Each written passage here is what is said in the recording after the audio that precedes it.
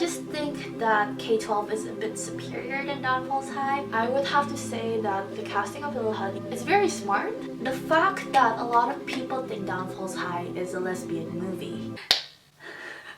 I'm still laughing at that.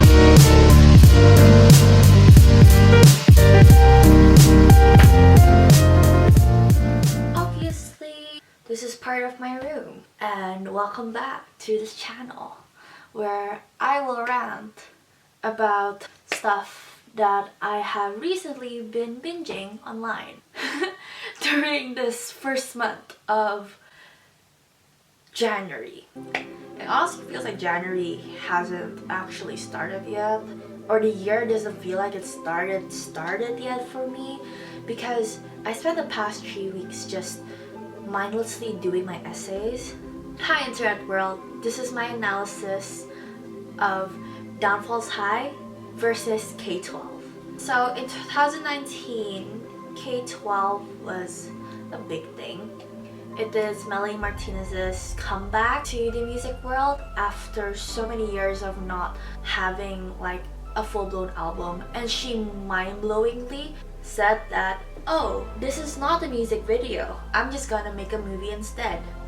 Apparently Machine Gun Kelly didn't get the memo, so he made it into a one-of-a-kind experience where there's Sydney Sweeney and Lil Huddy, and he made Downfalls High, which is like essentially the same concept as K-12, but I just think that K-12 is a bit superior than Downfalls High. The fact that a lot of people think Downfalls High is a lesbian movie.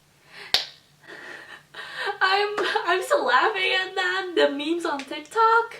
This is gonna be a really chatty video for me because I really like the concept of music and music videos becoming into like a full-blown movie.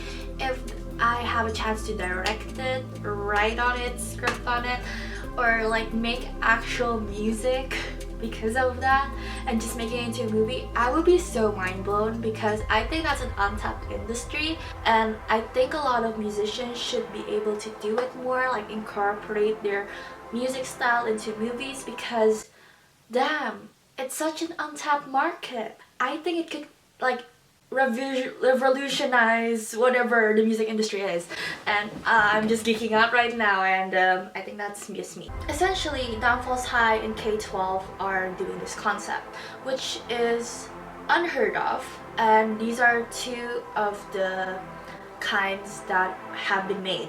So I'm just gonna make a significant comparison out of it. Plot-wise, K-12. K-12 is about Melanie Martinez's character, Crybaby, going to school from kindergarten to grade 12, and her album lists out all the songs that experiences that a girl could have from kindergarten to age 12. And in the movie, it's mostly about Crybaby trying to find out her powers, fighting back from an oppressive yet very aesthetically pleasing school where like boys are boys, girls are girls, and have normatives, and everybody has to like conform. The teachers were whack and they like use their students. Essentially, the movie ends with a cliffhanger, and I think that's just a gateway for her next album, which would be somewhat, the concept would be like a music video movie as well. Downfalls High is essentially about Machine Gun Kelly's album, which is Tickets to My Downfall. The story is about this really emo guy who cut off his ear because his girlfriend died. Yeah, that sums it up. This emo guy falls in love with a popular girl. The guy doesn't really have many friends because his only friend dropped out of school. They have like complications with their relationship, and then she basically died because of a car accident, and he just wants to be happy again, but through music, which, because the girlfriend was like, I need you to start a band and whatnot, he essentially doesn't want the music to be sold yet because he's still curing over his heartbreak, and his friend did it for him. Band has traction, he cuts off his ear, and then Tickets to My Downfall. That's essentially what the story is about. Visually, both of them are so good. Essentially, the genres of like the music are quite different, but they're alternative. So Machine Gun Kelly's new album was alternative rock, while Melanie Martinez's is also alternative, but it's more like indie alternative. Why am I doing this? Essentially, both of these movies have like the music that could go well with like a music video film type of form of media. I think that's essentially one way to put it. I think that's just interesting because you don't know where you can go with the music. But plot-wise, I would have to give it to Melanie for like actually taking time to figure out the plot of like where she wants her story to go, because Melody has always been like a storyteller. So even though her music doesn't seem like it could tell a story, her music videos seem to tell the story for her. So it was like not out of her character persona. But Machine Gun Kelly, on the other hand, the story plotline wasn't as good as I think it should be. It really, like, the promo actually sold on me. It's not because like Sydney Sweeney and Lil Huddy or like everyone else who are involved in like the process. The idea of this music video film, I'm sold on it already. He doesn't have to try so hard to like get all these people. But I wish the story could have like more depth in it. I would have to say that the casting of Lil Huddy, it's very smart. It's just that he's bland. I'm so sorry.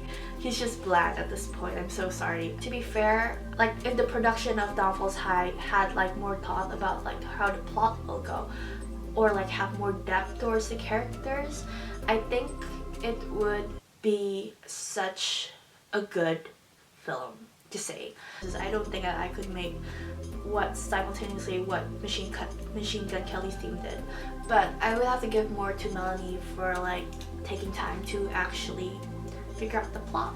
Production wise, like I said before, Machine Gun Kelly only took 4 days, which understandably for a work for 4 days, it was actually pretty good. Melanie actually spent like 2 months shooting the whole thing because it has to be perfect for her comeback. And it quite shows like with the production that she's doing and like the dresses she wore, and I think it's so important. I just want to see that energy to Downfalls High.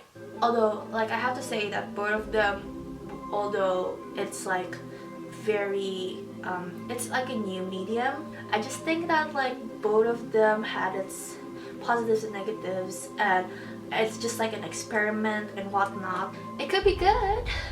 It could be good if like the next person who decides to do it learns from their mistakes. Why am I going off topic? Anyway, I just have to give like props towards like Melanie, and I'm not biased under any means because I love both their music and both are just different like in genres. I think their concepts are really good, but like the storylines are just not cohesive, and I don't understand why. It just irks me. Like it could be better, like it could be said better, it could be done better. And marketing wise, Machine Gun Kelly did it better, but I just think that K-12, if they had more marketing, because I feel like Melanie's like a smaller artist than Machine Gun Kelly. So I think that if Melanie had like more traction, or if she decided to promote K-12 again, I think a lot of people would be down to watch it this year, especially because in 2020 her old songs blew up again.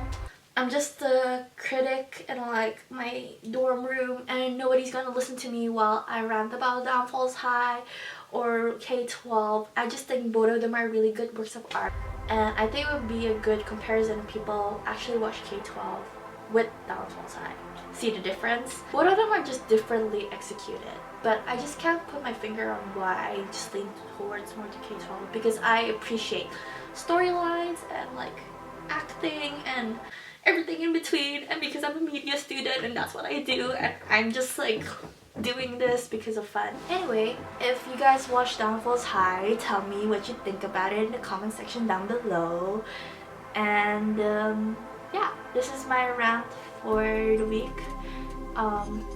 See you next week, Internet World. Bye!